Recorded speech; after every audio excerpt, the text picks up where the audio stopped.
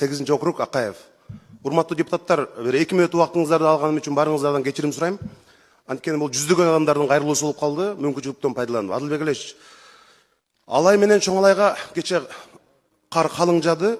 Биздин миңдеген, жүздөгөн оор жүк ташуучу автоунаалардын айдоочулары ошол жерде 2 ашууда туруп калышты. Мындан ары дагы ошондой болбош үчүн мына транспорт министри отурат. Дайыма ошол Кытайдан келген айдоочулар жайкы дөңгөлөк менен айдаган үчүн пробка дайыма ошол жол тыгын пайда болду.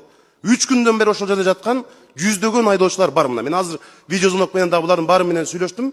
Аларга бардыгын ошол караш керек. Экинчиден мына жүздөгөн техникаларды ай сайын эле тапшырып атасыздар. Ошол жерде жол тейлөө кызматына биздин миңдеген айдоочуларыбызды азапка салбаш үчүн бир техникаларды көбөйтүп бериңиздерчи. Мына азыр ушул күндөрү дагы кыш ызгаарда биздин жүздөгөн айдоочуларыбыз жатат ошол жерде 3 күндөн бери.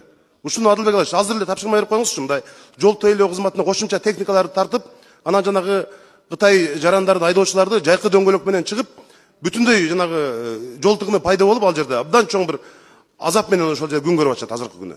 Тез арада тапшырма берип коюңузчу. Рахмат. Бардык жолду тазалап, каттамда азыр бүгүнкү күндө каттам бар.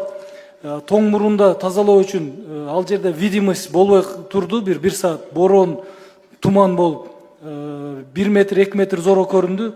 Ошонун негизинде 2 саат, 3 саат ал жерде дагы каттам токтоду.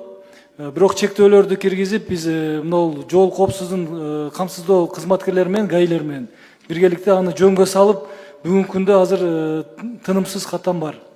Техника жетиштүү, бирок ошол жүк ташуучулар бизге тоскоолдук жараткандыгына байланыштуу бир аз тоскоолдуктар болуп атат.